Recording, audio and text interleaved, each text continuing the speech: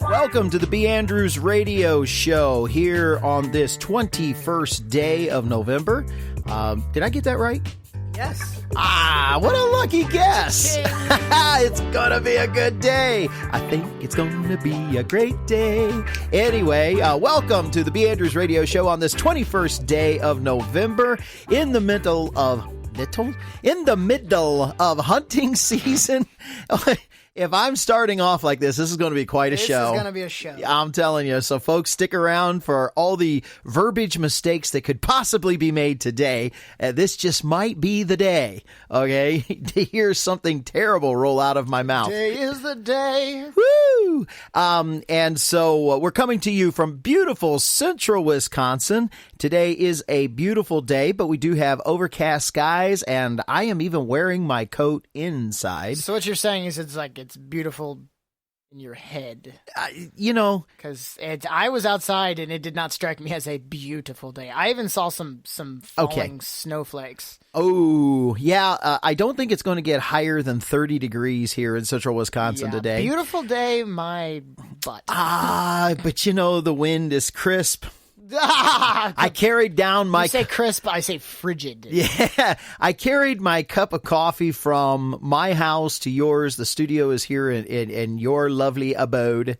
And I carried my coffee cup down. It's so cold and the wind is blowing so hard that my piping hot cup of coffee when I walked in was cold. So, and it's only 2 blocks. So it just, that's what we got going on here. I feel like your whole beautiful day thing. I mean, there's a point in time where you're being positive and that just turns into lying to yourself. Beauty is in the eye of the beholder. I beheld in the day and it's not beautiful. Well, I want to say welcome to you. I'm your co-host on this side of the room. My name is Eric, and the co-host on the other side of the room, his name is John. Say hi, John. Hi. And we're coming up here. This Thursday is Thanksgiving. Yeah! Oh, man, the good. Everybody loves looking towards the good eats. I love Thanksgiving. Okay. And I saw one of my friends on Facebook had to post this. I mean, it was so disappointing. Put up a poll that said ham or turkey for Thanksgiving. What? And it's like, why does the pig and the turkey have to fight? Have them both. Have them both. That's exactly what I thought. It's a win-win situation. Silence that phone. I got to, just a moment, folks. I got to. Yeah, you silence that phone. Take over. What I wonder is, what is your favorite? Okay, so we're talking about, the difference in meats that we can have. So, what would be your favorite entree for Thanksgiving? Well, I'm very traditional. Okay, so I love the traditional things. I love dark meat. I'm a dark meat guy. Yeah. So carve me a piece of the turkey that has been roasted off of the thigh or the leg, and along with that, I love the mashed potatoes. I've gotten potatoes out of my diet for the most part, but this is the one time of the year that it's okay. Let's bring the potatoes back, and the gravy. You're talking about that, a mountain of mashed potatoes with the well of gravy. Goodness. That's right. Well, when they're first made, though, you have the well of buttery goodness that has to actually be done down. No. I want the giblet gravy in the middle of it. Giblet gravy. Oh yes, giblet gravy. For those of you giblet gravy, I like oyster stuffing. My grandmother made oyster stuffing. Most people make sausage stuffing, and that's good. I like sausage stuffing, but there's a stuffing that they make, and they actually use the oysters to do the flavoring part of it. I love oyster stuffing, but a good sage sausage stuffing, love that to go along with it. And some form of cranberry. I do love homemade cranberry sauce with chopped walnuts in it. Okay. I asked you what your favorite entree was, and you just This is the entree. like, oh, this is a single entree. This for is you. the entree. This is still Wow, This is okay. still part of the entree. Okay. So it could be in that fashion. I also love the yams, and I like candied yams. So if you're going to do that, it's got to have the brown sugar butter melted down over top of it with the marshmallow topping No. and the again, we're back to pecans. Go on top of that, and then I also a little extra kicker. My wife does this. It's absolutely awesome. Goes along with the mashed potatoes and the gravy. Green bean casserole? No, the homemade noodles, homemade egg noodles that go along with that. Oh, and then because we need a well-rounded diet, we could either have or both the traditional green beans. And or both. Like, and or both. Green beans, and of course, the way my wife makes the green beans, we get a fresh mess of green beans. If you're from the country, you know what that means. So we get a mess of green beans, but when she cooks those down, it's with the bacon, a little bit of bacon fat goes in there along with the onions. So they cook those down. You don't want them to get mushy, so when you pull them off, and then carrots, so that way you have a well-rounded, balanced diet. That, my friend, is the entree. That's a single entree. That's a single entree, and I could get a little bit of every bit of that on one plate. Wow. Of course, we used. You have big plates. That's right. Wow. We use platters. I've always loved Mom does the honey mustard turkey. Yes. Love Yes. it. That yes. is like, that is my. amazing. That's right up there. Because after she did that, I never knew that turkey could be moist and that tasty, white meat. And so that's why traditionally I was still. You do look like the turkey leg person. I Like am a sitting turkey at the leg. end of the table with the big giant turkey leg. Yeah. Like, turkey leg. That's where the chairman of the board, the head of household sits with his. The king. That's right. And sometimes The king wants turkey leg. it is good to be king. Not all the time. Sometimes it is No. good to be king. Yeah. All right. So anyway, that's mine. Yours? I love the I'll eat everything that you just mentioned. Basically. I'll have what he's having. You didn't really mention the green bean casserole with like Not the casserole, no. With like the onions, They how cook do it down with the the mushroom sauce and then put the onions on top. French onions or whatever they call them. Yeah. I don't know what you It's call those. French's onions. French's onions, Yes, whatever. So it's French the is brand. So French is a dude. It's a brand These name. are his onions. That's correct. Okay, whatever. Anyway, and then I like the sweet potato casserole with the brown sugar, the butter, and the pecans, and you don't need those marshmallows for anything. No, please stop. You don't. I don't even like marshmallows. Oh, but So- they toast and they No, go on there. you don't need them. It's awesome without it. And Do you just- know what ugh. makes my yams better than yours? Well, first off, Hold on. Yams. I didn't Flow have with me. yams. Flow with me here. I didn't have yams. I had sweet potatoes. You said sweet potatoes. Anyway, just work with me here. This is going to be a quote out of a movie. Do you know what makes mine better than yours? Oh, what? Presentation. Wow. I'm sure you just distorted my mics. Thanks, man. I backed away from it. Okay. You tried. Where's the music? I needed the music. Oh, I can't use that. That's copyright. Oh, okay, my bad. We'll let the audience figure out what song we're talking about there, or what movie we're talking about. Anyway, so Thanksgiving is coming up, but I have done at my church, I've done a whole series about this for the past month now, and I want to pass this along to our radio audience. The idea that Thanksgiving isn't just about find a way to incorporate the dinner into the main reason for Thanksgiving. It is truly probably our only recognized Christian holiday that's out there. Now, don't get me wrong, for everybody, Easter and Christmas, they're still Christian holidays. That's not what I mean to say. But the world has found a way to popularize them and advertise them and to make it more about presents and about going to the store. You mean consumerism? Exactly. And haven't figured out a way to do that with Thanksgiving yet, because it's about being thankful, not about buying things. Yeah, and, the and so idea is forth. that you don't focus on Thursday, you focus on Friday. Yeah, Black Friday that immediately follows after Yep. Thanksgiving.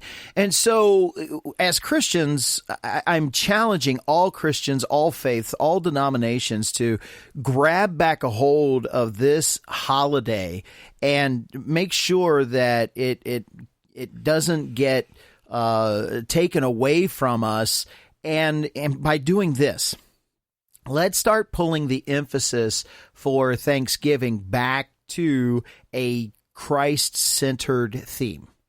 So when you're sitting around and you're having your dinner and you have your family over and you're celebrating Thanksgiving, take some time, not just with the food, to be thankful, but actually maybe consider pulling out the Bible and reading a psalm. As a part of being with your family. The tradition that we have is before we can sit down and partake of the meal, we go around the table and everybody has to give thanks for something in their life. And then we take time to pray together and give God thanks for his goodness, his blessing. My sermon series over the past 4 weeks is thanking God for friendship, thanking God for your blessings, thanking God for your liberty, and ultimately thanking him for the gift of salvation. That is just a tremendous thing. And so each one of those in what we've been doing. So, but it's up to us as people of faith to make these holidays something about faith, keeping Christ centered in the holidays. And as we do that, consumerism will have to take a back seat to it. It hasn't found out a way to do it with Thanksgiving. And then my next goal is to somehow promote, let's do that with Christmas and just take it back. Christmas doesn't belong in the department stores. Christmas belongs in our hearts. It's Jesus Christ. Absolutely, man. So that's my goal. And so my challenge for you in our listening audience is to be that Christian that does not allow consumerism to take the holiday of Thanksgiving away from us, but to capture it. And if I should dare even use the term popularize it, as make it known as this is a Christian holiday. That's what we ought to do. Hey, a shout out really quick before we move on to our next topic. Something that we're starting here. We did it at the beginning of our show, and we will do it. It's called the 2-minute drill. What the 2-minute drill is, we have 2 minutes in between our segments for John and I to refill our cups of coffee or go get something to drink, bathroom break, whatever it is that we need to do, that we do it in that 2 minutes. Well, we want to spend that 2 minutes with you. So I've brought in our Facebook. We're going to go Facebook Live in between the 2 minutes of the show. So we're going to try to do this. And we're going to see how it runs over the next couple of weeks. And so if you get a chance, spend that 2 minutes with us. So we'll go live just before we come on the air. And then while we're doing the show, we're going to take that 2 minutes. And so we'll actually be live on that. So catch us up on that. And you'll see that on Facebook at B. Andrews, like somebody's name, first name B-E, last name Andrews, Andrews. So catch us on Facebook at that. Really, you're mocking me over there again, aren't you? No. That's I am impressed. With? Well, you do mess up a lot of other words, but you always say that really well. Lots of practice now.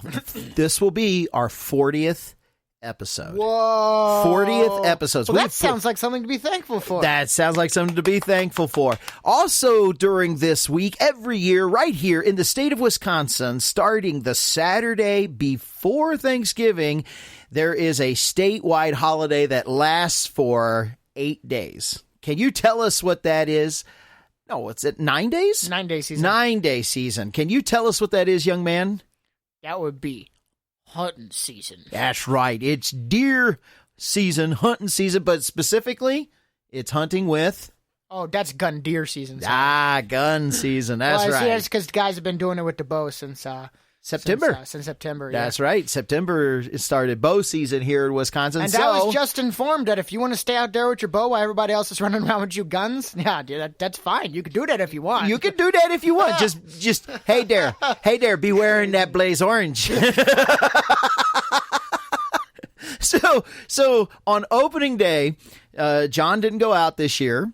On opening day, he and I decided Saturday we were going to have a little coffee time and to do a little prep time. And so we ran down to Wautoma, and I'm going to tell you a little bit when that happened when we come back. So come on back and join us for the stories of hunting season, and we'll talk about that right here on the B. Andrews Radio Show. So come on back when you're ready. Oofda. You're listening to the B. Andrews Radio Show. Sing the chord of praise.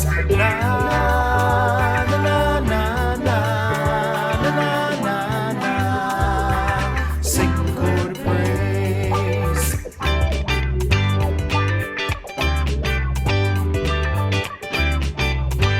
Well, there's a guy I know, so let's call him Joe, 'cause he's a real good friend. He wants to start a fight when things aren't right in this world that we're living in.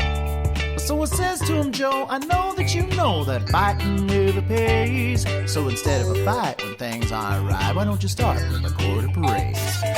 Na, na, na, na, na, na, na, na. Sing the chord of praise. Na, na, na, na, na, na, na, na.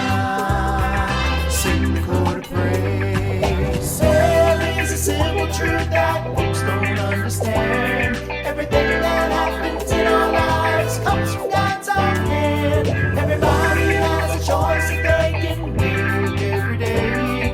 You can choose to ignore what comes from God or sing the chord of praise.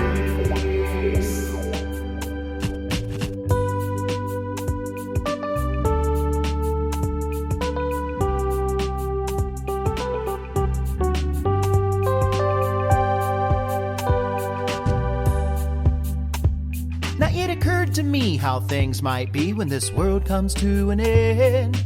It won't be long till we're all gone and standing up in heaven, and then we'll have no fear when we get there, 'cause with the angels we will raise to my Lord a song that starts with this chord, a song that starts with the chord of praise.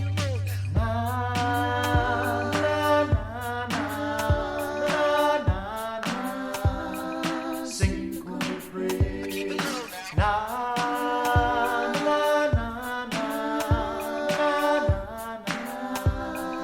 Sing the chord of praise.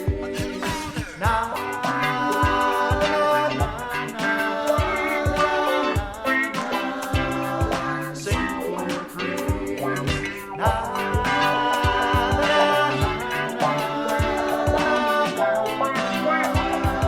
Sing the chord of praise.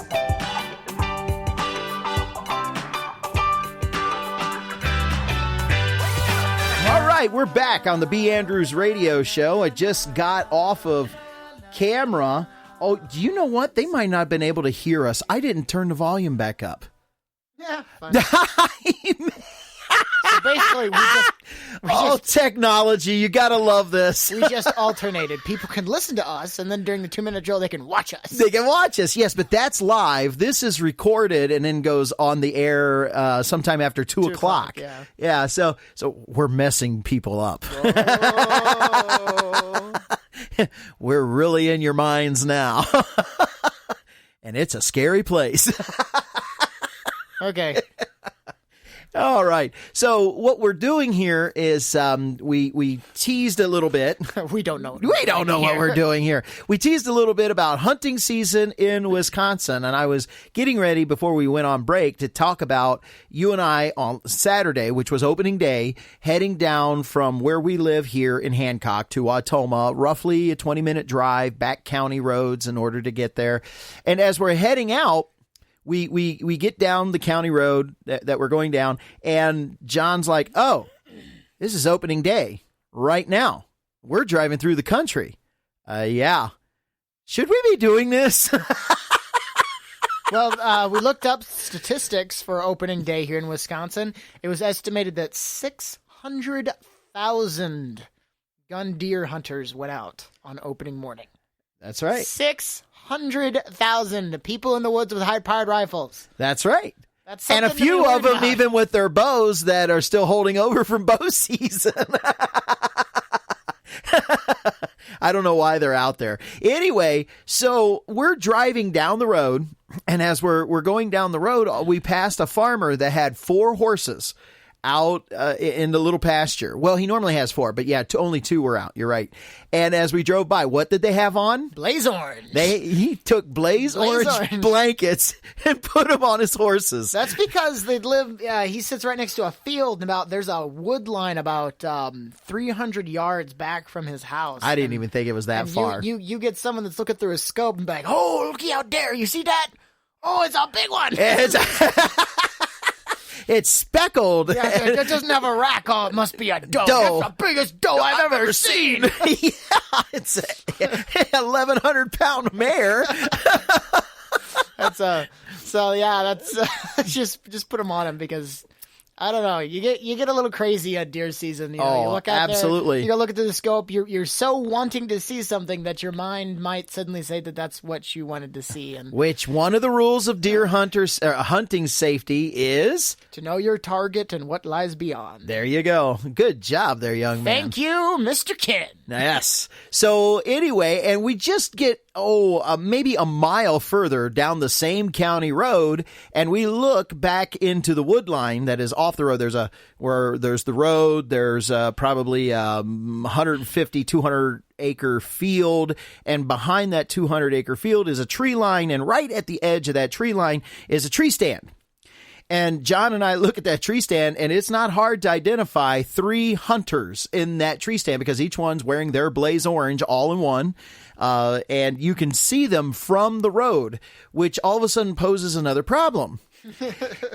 Their tree stand is facing the road, which means they're shooting towards the road. Yes, but they can see when you go by. They're just gonna shoot. What was that rule again? Identify your target and what lies beyond. There ain't no way when your eyeball goes through that scope that you're paying attention to what's behind it. That deer hunter's got one thing on his brain. Deer. It looks like an 8-pointer. I'm gonna get me a buck. But because we all know it's all about the bucks. well, around here, I was told that the people weren't seeing much right around here. A lot of wind on opening morning. And so the deer just kind of laid down. It was nice and warm and stuff. That's what Ben was saying. He's like, it's nice and warm, so the deer had no reason to get up and move. Well, we had a couple of things going on. We're here in central Wisconsin on opening day. That day, rain had moved through way early in the morning. So by daybreak, when the season opens, actually the rain had moved out. Overcast skies, but the rain had moved out. Temperature had raised. But south, it was comfortable. But south of us, it was not a bad day to be out in the stand. Heavy rain. In fact, I pulled up the radar that day, and I mean, it looked ridiculously deep green. And in fact, down and around Chicagoland and heading across the southern parts of the Great Lakes, it was speckled with yellow and red. So they were getting severe thunderstorms down there. But up here, it had just moved out of the area, and all we got was a bit of a drizzle. But the wind picked up. When the wind picks up, for those of you that aren't hunters, the trees rustle up here because our oaks don't give up their leaves very easy and they stay on the trees. And that rustles, that spooks the deer. And since it's warm enough, they just lay down. They don't go anywhere. Either that or, the other thing deer do to not get shot during hunting season. They come in town. One of the years I went out on opening morning, we went to go pull out of town, and there's a 6-pointer just standing in my neighbor's yard on the right on the incorporation line in town, and I'm like, what? Can't shoot him. Of course, we drove by that full field. That field was just had what?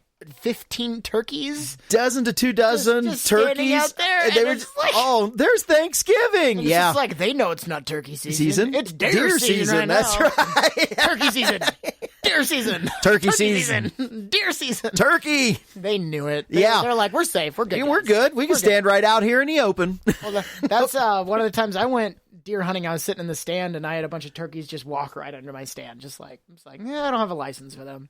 That sucks. But I felt like a ninja because the turkeys, I didn't spook them. They didn't know I was there. I was all like, sit really still. Well, and that kind of reminds me. I am one with this tree. We brought the road home, the same road we brought home, and we're coming down that county road, and all of a sudden, I'm almost sure he wasn't there when we went out for coffee. So the hour and a half or so later, after we got done doing a little bit of our business meeting and all that, so we were on our way back, and all of a sudden I look up into that pine, and there's just this glob of orange in the tree. I'm like, how did he get up there? It looked too thick to climb, but there was this blob of orange, which is a guy in an all-in-one outfit in his blaze orange, and you just see the orange through the tree, and it looked hilarious on this evergreen. So it's what people do at this time of the year. It's absolutely amazing. All the stories come out. So if you have friends from the Wisconsin area, they get their pictures on Facebook, and of course they get their pictures with that buck they got. And so now the pictures are coming out. All the local newspapers do exactly the same thing. They go out and take pictures of the kids and with their first kill, or it's their first.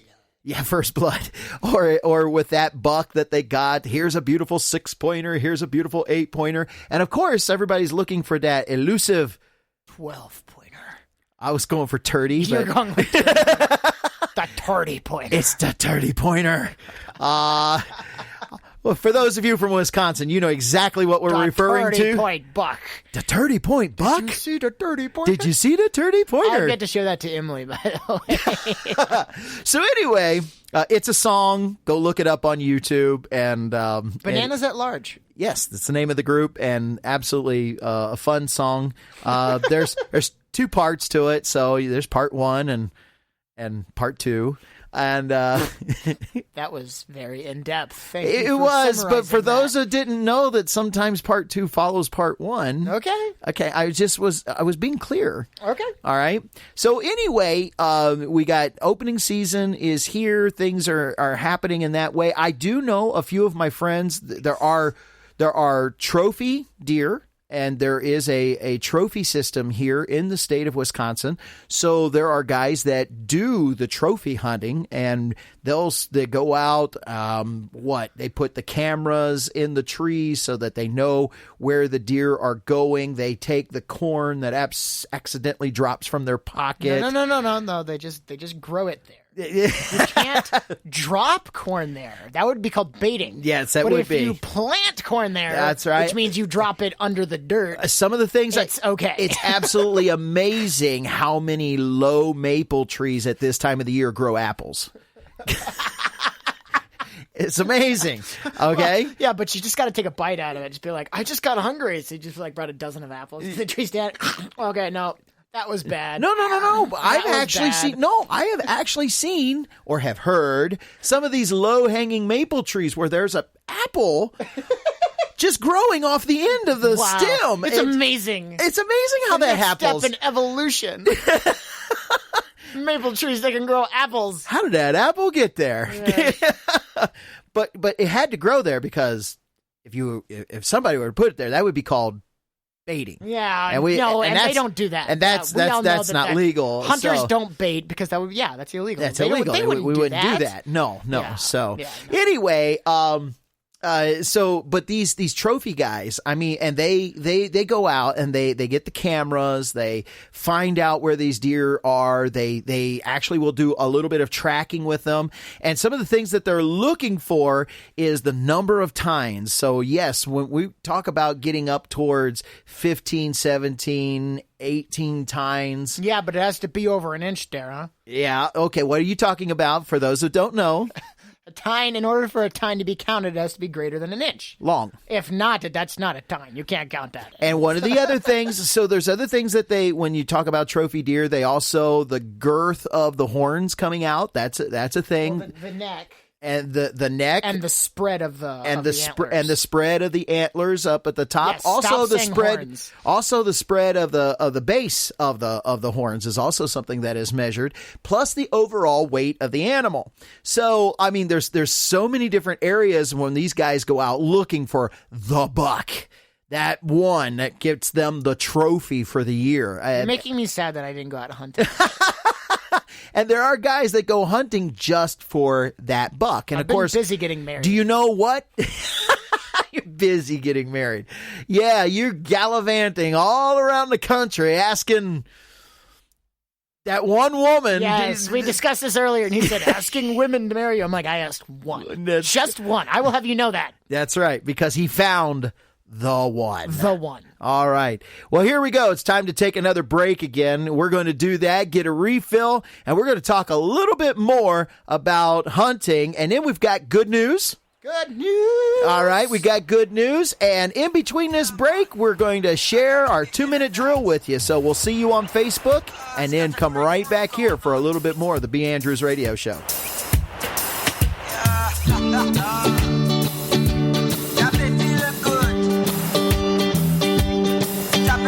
Really good. Here we go.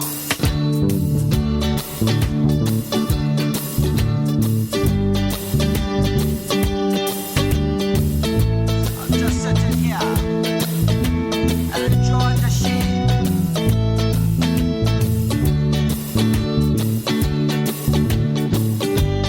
How you been feeling? I've been feeling good.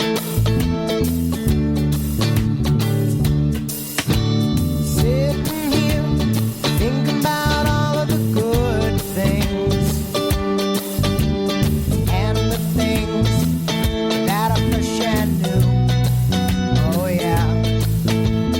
I just want to take some time and say thank you, 'cause I know that all of the good things come from you. So here we go. Thank you, Thank you. my Jesus. Thank you. Thank you. Thank you for the good things in my life. Thank you so Oh much. yeah.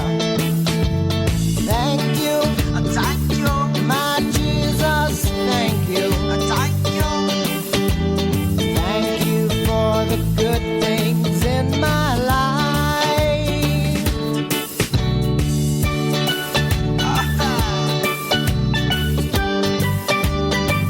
Oh, you know that's true. Just want to Welcome back to the third and final segment of today's B. Andrews Radio Show. We've been talking about the great vacationing time that happens and holiday time that happens here in the state of Wisconsin this time every year, and we call it deer season. And That's you're going to say Thanksgiving. to be honest with you, deer season, actually, we plan a lot of our Thanksgiving stuff around deer season here. That's true. People in- take off work and everything. Yeah, people take off work, take vacation time, spend quite a bit of money. Sick time. Spend quite a bit of money on their gun, their sights, on hunting equipment, Blaze Orange, those little heater packs that they put in their shoes, and So opening day is usually on a Saturday, right? So the Right. so the Friday then, the day before opening day, is actually in some stores. I was just told, like at Menards, or not Menards, Fleet Farm. That's called Orange Friday. oh, so instead Black of Friday is the next Friday. yeah, Black Friday, they have Orange Friday, okay, for opening day. And we do have, one of the things that we didn't talk about is the people from Illinois that comes up into the state. Now, I did say that wrong intentionally, okay? So I do know it's Illinois. Well, considering your wife is from there. Considering that my wife is and her family is from there, yes, I do know how to say Illinois, but there are the people up here that call it Illinois. Oh my gosh, okay? So Be original. that's very much that's culture up here. So anyway, and they come up, and I tell you, being that I spent most of my life around the Cincinnati, Northern Kentucky area, The one thing that cracks me up, absolutely cracks me up here, is when somebody has come up from Illinois in order to go hunting up here. They'll bring their beautiful little Honda Accord or their Volkswagen Jetta or their little Acura or what's the Toyota that what's it? Oh, Prius? Oh, their Prius. Yes, that's the car. And and they bring it up, and without even looking at the tags, they're from Illinois because you go looking. They come up and have gone hunting, have gotten their deer, and in the back seat of their car, you see 4 legs sticking up where they have gutted their deer and put it in the back seat. And I'm thinking, are you kidding me? Hey, you do with what you got. I mean, when I was in Kentucky, even Bubba knew you go hunting with a truck. Okay? I mean, Bubba ain't putting no deer that he just gutted in the back seat of the family car. It ain't happening. You put the gutted deer in the back of a truck, or you take a trailer. Oh, the one that really got me the one year, I'm going down Interstate I-39 out here, 70 miles an hour, and some dude has a deer strapped to the top of his Buick. And it's not doing very well because the wind's got the front quarter leg and it's blowing back like this. And I'm like, any minute now, that deer is going to come off the top of that car. He strapped a deer to the top of a Buick, for crying out loud. Hey, that's the only Buick he had. Get a truck. He did what he had to do. Okay. Oh man. But the little tiny cars and the deer that they get are bigger than the back seat. And sometimes I think, how'd they get that deer in there? Especially I actually have seen 4 legs sticking up in the back seat of a Prius. Okay. And that hunter, he's so happy to take that thing home like that. And I'm thinking, his wife wasn't, but he was. The kids, Daddy, what's that on the seat? That's Daddy being a man. Yeah, no, it's Daddy being dumb. He did what he had to. Okay? Oh, just really don't take it be to so hard on him. Take it to a deer processor. That's where he was going. No, he wasn't. He was heading south on 39, heading back to Chicago. Well, he had to do it. Okay, yeah, leave him alone. Anyway, it was such a hard time. We got deer processing all around here. You want that in sausage or do you want that in jerky? I can get it to you in a little bit of both, Most people I've gone with just do it themselves. Most around here do. Yes. But that's because you have gone hunting with people from around here, not from no brother from Illinois. That's true. Brother-in-law from Illinois. Anyway, so that's a little bit about deer season up here in heading towards the Great North Woods. You're getting close to it. It's just 2 hours away and straight that way. So he's pointing north. I'm pointing north. And so anyway, if you get a chance though, Wisconsin, wow. I am told, I do not know if this is still the actual statistic, but at one time, the largest whitetail deer herd in the country here in central Wisconsin. So more than 600,000 people filed for license out there with their guns this weekend. Actually, not too bad. Of statistics have happened. There have been 3 people wounded with guns. But didn't die. They were all self-inflicted. And they were all self-inflicted. My guess, all 3 were probably from Illinois. Ouch. Mr. Roger would have something to say to you about that. He probably would agree with me. That's why he moved out of there and came up here. So Anyway, and with that, I think we've hit that time in our show where we need a little good news. Do we have a jingle? Well, it's time for a little good news. And let the sun shine through for me and you with some good news. How's that for a jingle? Da da da da da. Thank you. Polite round of applause. Yes, thank you. Polite round Thank of you, applause. thank We you. got that done. We're going to talk about that a little bit more in the future. But anyway, let's hear your good news for today. Okay, so my good news comes from this Greensville Spartanburg station. News Channel 4. It looks like an NBC affiliate. Okay. On its World War II soldiers, Bible returned 73 years later. Oh. Get this. Okay. On November the 19th, 1944, Johnny Duncan wrote his name, his hometown of Westminster, he's British, and the name of his mother on the inside of an army-issued Bible. It's unclear when the Bible was lost, but Duncan came home wounded without it. Another soldier, Joe Sparks, told his family he found the Bible on the battlefield. It stayed at Sparks' home until his death. A decade ago, Sparks' nephew sought out to return the Bible to the Duncan family, but it took time to track them down. Johnny Duncan survived the war, but died in 1997 at the age of 79.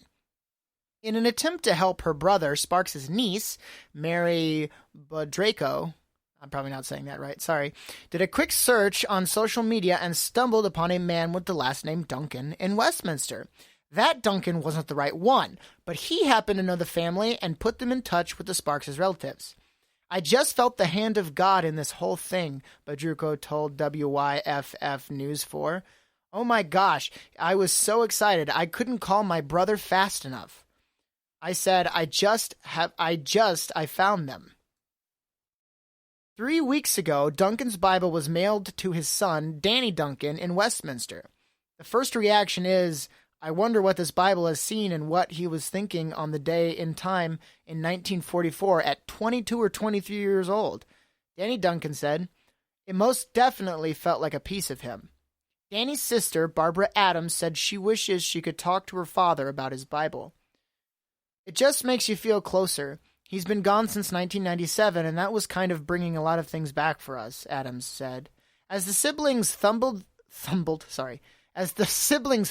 through their father's Bible, they found another handwritten gift.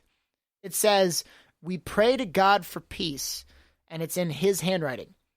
That means a lot, and it says a lot, I think, because he was in, I'm sure, some difficult times at that point in his life, Danny Duncan said.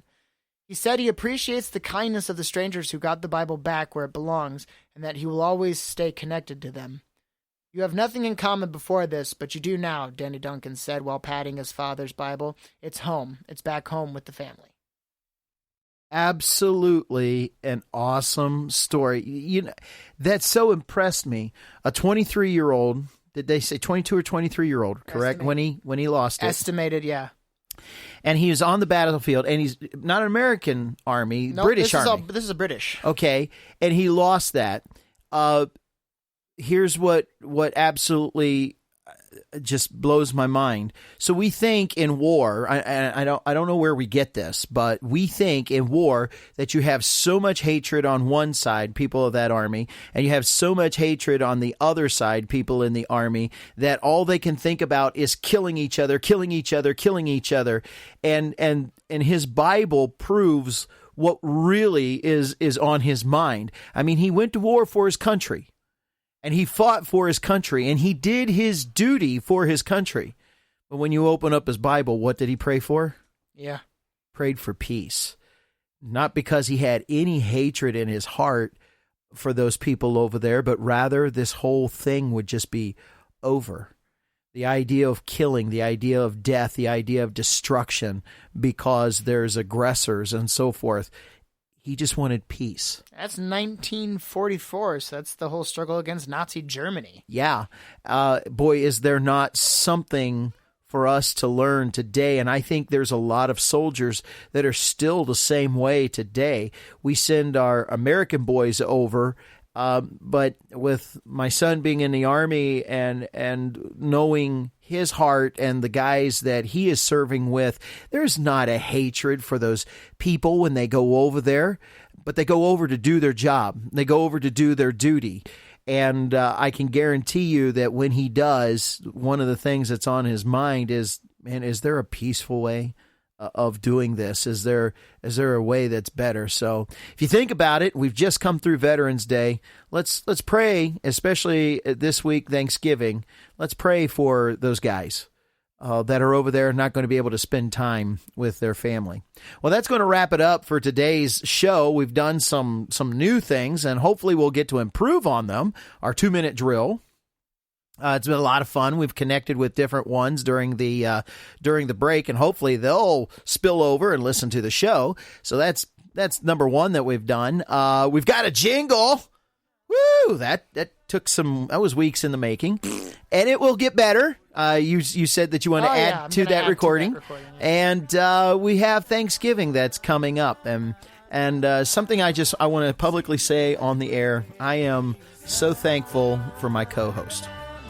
I superiorly appreciate you, and you are quite a gift to me in my life. Well, thanks, man. You too. Thank you. Absolutely, you too. And I thank God for you. And I thank God for each and every one of you out there that take the time to listen to our show. If you get a chance, go back and listen to them all, and you'll find that at B. Andrews Radio. Take care. God bless. We'll see you next week.